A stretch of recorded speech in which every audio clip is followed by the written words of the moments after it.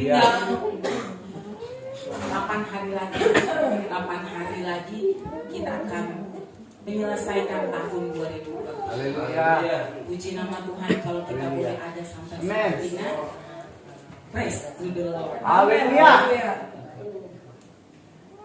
Kalau awal tahun presiden boleh mengatakan ataupun orang-orang dunia boleh mengatakan tahun 2023 ini adalah tahun yang berat.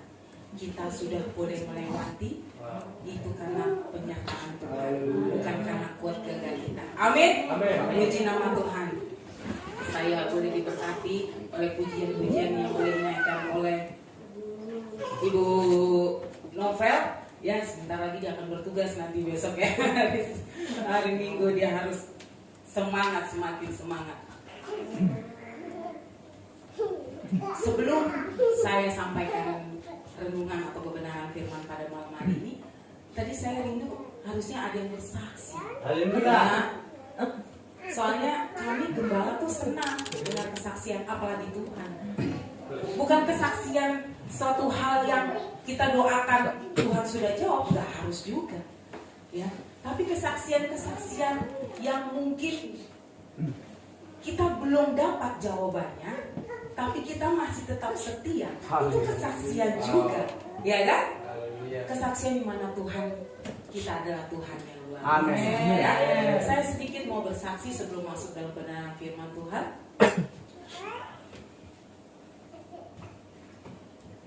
Berapa bulan terakhir ini banyak hal Tuhan ingatkan kepada saya untuk saya boleh ambil waktu khusus untuk Tuhan. Mungkin pekerjaan seorang ibu pastinya banyak. Khususnya hari ini sebelumnya saya mau katakan selamat hari ibu. Yang bapak-bapak jangan cemburu ya. Selamat hari ibu, ibu-ibu yang hebat di dalam Tuhan. Ya, kita percaya kita jadi ibu-ibu yang kuat sebagai tiang dalam rumah tangga. Itu karena kita ada di dalam Tuhan. Ya, jadi kesaksian ini. Jadi berapa bulan itu memang Tuhan ingatkan untuk saya ada ambil bagian yang waktu khusus untuk Tuhan, dan Tuhan banyak hal mengingatkan kepada saya, banyak hal membuat saya teringat terlalu banyak kebaikan Tuhan dalam kehidupan saya dan dalam kehidupan jemaat-jemaat Tuhan yang boleh ada sampai saat ini. Khususnya pada Marturia ke Palembang, ya. Kalau bukan karena Tuhan, mungkin perjalanan visi misi ini hanya perjalanan yang biasa-biasa aja, ya. Tapi kami boleh melihat pekerjaan Tuhan yang luar biasa. Kami melihat dari tim yang ada, boleh Tuhan proses menjadi orang-orang yang kuat. Dan pelayanan yang di sana juga banyak orang-orang yang boleh diberkati dan banyak pemulihan terjadi. Itu bukan karena kuat gagah kita, tapi itu karena Tuhan. Ya, Tuhan mau namanya terus boleh diagungkan, dan Tuhan mau setiap orang-orang yang terus ada di dalam Tuhan selalu dikuatkan. Ya, kalau sebelum berangkat 2 minggu sebelumnya saya sempat sedih bilang sama Bapak Gembala, tim yang ada beberapa diperhadapkan dengan kelemahan tubuh, ya, kelemahan jasmani. Saya menangis, Tuhan, kalau ini Tuhan izinkan, Tuhan pasti bela. Saya nggak minta Tuhan sembuhkan, enggak, tapi Tuhan izinkan, Tuhan pasti bela. Bagaimananya cara Tuhan, saya hanya tetap berharap dan berserah kepada Tuhan. Satu persatu saya doakan, tapi saya hanya menunggu caranya Tuhan untuk menjawab segala sesuatunya. Sampai di titik sebelum berangkat, Tuhan izinkan anak kami Aurora demam tinggi. Sempat saya berpikir, apa saya tinggal ya? Tapi saya cuma bilang, di saat kami melakukan pekerjaan Tuhan dengan sungguh-sungguh, masa Tuhan gak bela anak saya? Tapi tepat pada waktunya, sebelum berangkat hari Sabtu malam, itu dia demam terus tinggi. Dia sampai, mama, kok badan aku sakit ya? Gitu. Memang semua itu Tuhan izinkan agar kita tetap dekat kepada Tuhan. Tetap istilahnya nggak mengandalkan kekuatan kita. Dan puji nama Tuhan, Aurora juga boleh Tuhan sembuhkan tepat pada hari itu. Dan saya boleh melihat tim yang ada, Tuhan lihat, Tuhan aja bersuka cita ya. Dan saya juga boleh melihat Bapak dan kami gembala melihat kesehatian tim yang solid. Itu saya bersyukur sekali karena ini adalah paket lengkap. Sempat Bapak Gembala sampaikan di sana, ini paket lengkap. Jadi sebagai tubuh Kristus itu nggak ada yang lebih utama, tapi itu adalah satu kesatuan. Jadi kalau tanpa ada si A kita nggak bisa berjalan, tanpa ada si B kita tidak ada bisa berjalan. Ya, kami bersyukur atas semuanya dan kami juga bersyukur untuk tim yang ada. Biarlah Tuhan yang memberkati semua tim yang ada, karena Tuhan itu tidak pernah berhutang. Mungkin manusia berhutang 100 dulu bayarnya tahu kapan, ya kan? Tapi Tuhan tidak pernah berhutang. Ya, puji nama Tuhan. Sekali lagi kami keluarga Gembala mengucapkan terima kasih untuk semua yang dikerjakan. Semuanya itu untuk Tuhan. Kita masuk dalam kebenaran firman Tuhan terambil dari Mazmur 77 ayat 12 sampai 16. Mazmur 77 ayat 12 sampai 16, di mana kebenaran firman Tuhan diingatkan lagi untuk kita bersyukur atas perbuatan dan keajaiban Tuhan. Sudah dapat semua ya? Amen. Mazmur 77 ayat 12 sampai 16. Untuk menghormati kebenaran firman Tuhan, saya mengundang berdiri. Kita baca bersama-sama ya, hanya 4 pasal ya, 5 pasal. Oke. Iya 5 ayat. Baik. Mazmur 77 ayat 12 sampai 16. Demikian firman Tuhan. Aku hendak menyebut segala pekerjaanmu dan merenungkan perbuatan-perbuatanmu. Ya Allah, jalanmu adalah kudus. Allah manakah yang begitu besar seperti Allah kami? Engkaulah Allah yang melakukan keajaiban. Engkau telah menyatakan kuasa-Mu di antara bangsa-bangsa. Dengan lenganmu engkau telah menebus umat-Mu, Bani Yakub dan Bani Yusuf. Puji nama Tuhan. Amin. Firman Tuhan pada malam hari ini saya berikan tema bersyukur atas perbuatan dan keajaiban Tuhan. Pada Mazmur 77 ayat 12, ayat ini mengatakan, aku hendak mengingat perbuatan-perbuatan Tuhan. Ya, aku hendak mengingat keajaiban-ajaiban-Mu dari zaman purbakala. Pada ayat 15 dikatakan juga, Engkaulah Allah yang melakukan keajaiban. Engkau telah menyatakan kuasa-Mu di antara bangsa-bangsa. Di ayat 12 dan 15 ini ada kata keajaiban. Kalau saya boleh tanya, dalam tahun 2023 kita semua pasti merasakan keajaiban Tuhan. Amin. Atau ada yang belum merasakan keajaiban Tuhan? Tante, keajaiban itu kan harusnya hal-hal yang kayak supranatural, yang gak terpikirkan tiba-tiba jadi gitu. Kalau dari arti kata keajaiban mungkin ya seperti itu. Tapi kalau kita boleh melewati masa yang dimana 2019 itu ada masa yang begitu sulit, seluruh dunia mengalami yang namanya COVID-19.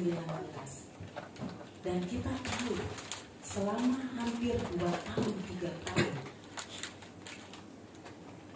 masa itu boleh ada. Padahal itu kalau kita lihat penyakit flu, batuk, pilek biasa banget. Tapi hampir mematikan hampir seperempat. Betul nggak? Waktu anak kami pun mengalami Alexandra dan Tora, kami sendiri hampir mempunyai iman yang lemah. Saya menangis, kenapa Tuhan izinkan mereka boleh mengalami hal itu. Di saat kami baru pindah ke Pamulang, 2 bulan setelah itu anak kami kena COVID. Sebagai tetangga baru, kami takut diusir, betul kan? Tapi penyertaan Tuhan yang luar biasa. Tora dan Alexandra Tuhan boleh sembuhkan, Tuhan boleh kuatkan, dan dia boleh melewati masa-masa itu. Dari saudara kami pun ada yang kena, dan itu Tuhan izinkan dia boleh kembali. Jadi keajaiban apa sih yang harus kita syukuri? Terlalu banyak keajaiban yang Tuhan lakukan. Ya, jangan hal yang kadang-kadang saya sakit, berdoa Tuhan sembuhkan. Itu biasa, tante. Padahal kan saya juga minum obat yang menyembuhkan. Waduh. Kalau bukan karena Tuhan izinkan kita bisa beli obat, ya, mungkin kita sembuh. Ada yang di luar sana kita nggak bisa beli obat, ya kan? Tapi semuanya itu boleh kita lihat keajaiban-keajaiban Tuhan yang luar biasa. Apalagi misalnya hal yang tidak pernah kita pikirkan.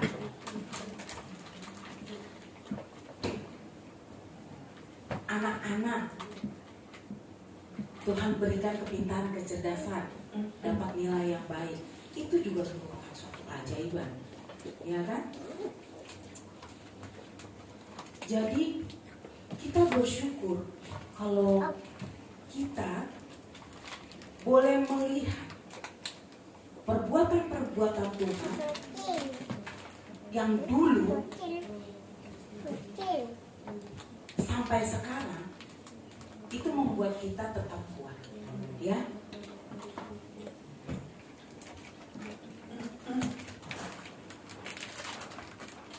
Kalau pada pasal 77 ini di atas tertulis adalah pemazmur Asaf, di mana pemazmur Asaf ini menuliskan ayat ini. Dia kembali lagi mengingat keajaiban-keajaiban Tuhan. Kenapa dia menuliskan ini?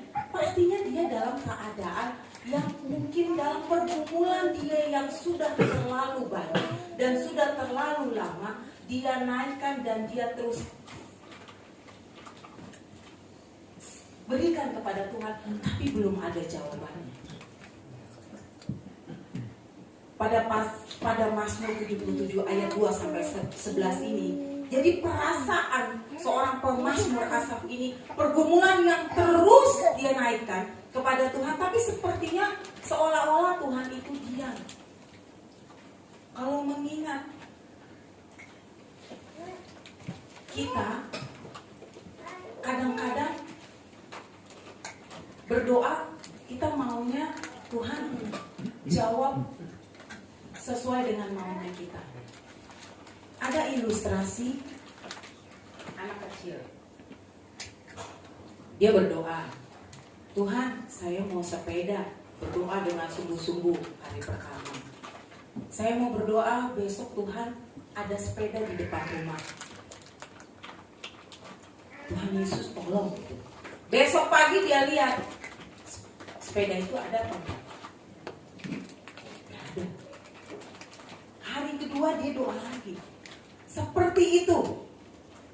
Sampai akhirnya di hari-hari yang mungkin sudah lama, anak kecil ini mengancam, Tuhan, Saya udah capek berdoa.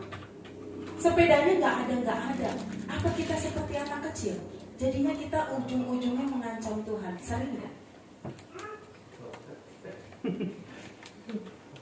Udah deh Tuhan, kalau udah selama ini saya berdoa, ancaman nih, kata Tuhan, memang saya takut berdoa. Dah, saya nggak usah berdoa lagi, capek. Udah 10 tahun cukup Tuhan.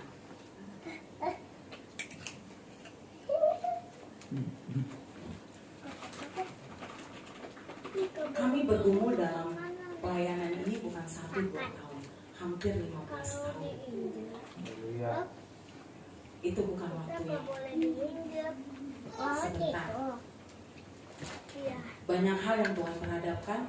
Kami lakukan persekutuan doa awalnya di Bekasi, sampai akhirnya dibuat di rumah yang awalnya ada 4 orang, langsung ada 10 sampai sudah banyak, akhirnya ditutup. Lalu kita buat di rumah. Ingat sekali, Tora pagi-pagi dia udah susun kursi di rumah, dia udah siapin itu mimbar. Alexandra udah siapin pujian, ya. Jemaatnya Bapak Gembala lumayan, nah ada 4. Bapak Gembala, saya, Tora, dan Alexandra. 4 aja. Haleluya. Aurora belum ada, ya. Terus kita doakan sampai akhirnya adalah hampir 8 orang waktu itu. Tuhan izinkan itu berjalan lumayan cukup lama, lalu bertambah sampai akhirnya tinggal 4 orang lagi. Jadi kata Tuhan, setialah dulu dengan jemaatmu yang ada, ya kan? Dan Bapak Gembala setia dengan jemaat yang ada, ya. 4 orang itu, ya. Walaupun agak-agak keras tengkuk, apalagi istrinya gitu, ya. Tapi puji nama Tuhan, saya nggak pernah mendengar dia berdoa mengancam Tuhan, nggak pernah. Oleh sebab itu, kadang kita fokus akan penderitaan, sehingga itu yang membuat kita kehilangan sukacita. Jadi iman kita semakin turun dan turun. Di mana dalam ayat ini jelas dikatakan, biarlah kita sebaliknya, di saat Tuhan belum menjawab doa-doa kita, di saat Tuhan belum memberikan respon dalam doa-doa kita, mari kita mengingat kembali perbuatan-perbuatan Tuhan yang ajaib. Dengan seperti itu kita merubah fokus kita dengan apa? Dengan melihat dan membuat sukacita itu adalah di dalam kehidupan kita. Amin kan? Karena apa? Karena kita percaya Tuhan itu tidak pernah berubah dari dulu sekarang sampai selamanya. Kita buka di Ibrani 13 ayat 8. Ibrani 13 ayat 8. Demikian firman Tuhan. Yesus Kristus tetap sama baik kemarin maupun hari ini dan sampai selama-lamanya. Amin. Pada kebenaran firman Tuhan, boleh kita baca banyaknya perbuatan-perbuatan Tuhan yang luar biasa. Baik itu dalam tokoh-tokoh Alkitab yang ada, ataupun rasul-rasul yang ada. Bagaimana caranya mereka mempertahankan iman, bagaimana caranya mereka tetap bersyukur dan melihat perbuatan-perbuatan Tuhan yang ajaib. Ya, itu yang membuat dia tetap ada dan kuat. Kalau kita juga melihat iman Sadrak, Mesak, dan Abednego, ya, di Daniel 3 ayat 16 sampai 18. Kalau dalam doa mereka sendiri, mereka menyampaikan, ya, kalau Tuhan izinkan, ya kan? Kalau secara pemikiran mereka bertiga pengennya nggak masuk dalam perapian, itu secara manusia, betul nggak? Atau Raja Nebukadnezar membatalkan hukumannya, betul nggak? Betul. Tapi apa? Tuhan nggak punya Tuhan punya cara yang di luar nalarnya kita manusia. Tuhan izinkan dia tetap masuk di dalam panas. Jadi kadang-kadang kita juga diizinkan Tuhan masuk di dalam pergumulan yang berat itu. Untuk apa? Untuk kita bisa melihat mukjizat-mukjizat Tuhan yang besar dalam kehidupan kita. Kita percaya dan kita tetap harus yakin. Dalam Ibrani 13 ayat 8, Yesus Kristus yang kita sembah itu tetap sama. Amen. Dulu, sekarang, dan sampai selamanya. Jangan bikin kendor, jangan bikin kita lemah di saat Tuhan belum menyatakan ataupun belum menjawab setiap doa-doa kita. Tetaplah ingat perbuatan-perbuatan Tuhan. Pada Mazmur 46 ayat 1, mari kita baca di ayat yang terakhir. Mazmur 46 ayat 1. Allah kota benteng kita, untuk pemimpin biduan dari Bani Korah dengan lagu Alamot nyanyian. Allah itu bagi kita tempat perlindungan dan kekuatan, sebagai penolong dalam kesesakan sangat terbukti. Jadi kita percaya Tuhan itu adalah perlindungan dan kekuatan bagi kita, dan Dia akan menolong kita, dan terbukti kuasanya itu besar. Terbukti kalau Tuhan kita adalah Tuhan yang luar biasa. Oleh sebab itu, jika hari ini kita masih mengalami kegagalan, kekecewaan, jangan fokus kita akan masalah itu. Tapi mari kita melihat dan hitung berapa banyak mukjizat-mukjizat yang Tuhan berikan, keajaiban-keajaiban yang Tuhan berikan. Bukan keajaiban-keajaiban yang besar mungkin orang boleh lihat, tapi kita masih boleh, tadi kita melewati masa Covid, kita boleh masih bernafas, kita masih boleh menikmati lagi nanti acara Natal sebentar lagi, ya kan? Kita bisa melewati tahun 2023, ya itu karena keajaiban Tuhan, karena kebaikan Tuhan. Percayalah, di tahun 2024 ada kemenangan dan perbuatan Tuhan yang besar. Percayalah, kita tetap taruh iman kita ke dalam Tuhan. Jangan dompleng iman kita kepada orang lain. Pak Pendeta minta tolong dong doain anak saya buat dapat jodoh. Tuhan mau lihatnya imannya anak itu, imannya kita. Gembala mendoakan, tapi Tuhan mau lihat imannya orang yang minta kepada dia. Pak Gembala, saya minta dong, saya minta didoakan. Kita ini hanya sebagai moderator. Tuhan yang punya kuasa, Tuhan yang punya wewenang. Oleh sebab itu, terus tingkatkan iman kita. Dengan apa? Dengan kita tidak fokus akan satu masalah, tapi kita fokus akan kebesaran Tuhan. Puji nama Tuhan. Kita bersyukur kalau kita boleh ada sepanjang tahun 2023 dan 2024. Tuhan pasti tolong. Apapun pergumulan kita, serahkan ke dalam tangan Tuhan. Kalau tahun lalu ada doa-doa yang dinaikkan, nanti akhir tahun kami akan bawa dan kembalikan lagi kepada Bapak, Ibu, dan jemaat Tuhan di tempat ini. Syukuri apa yang sudah Tuhan kerjakan. Terus gumuli, terus gigi, berdoa kepada Tuhan. Karena percaya rancangan Tuhan, jawaban Tuhan itu adalah yang terbaik. Puji nama Tuhan.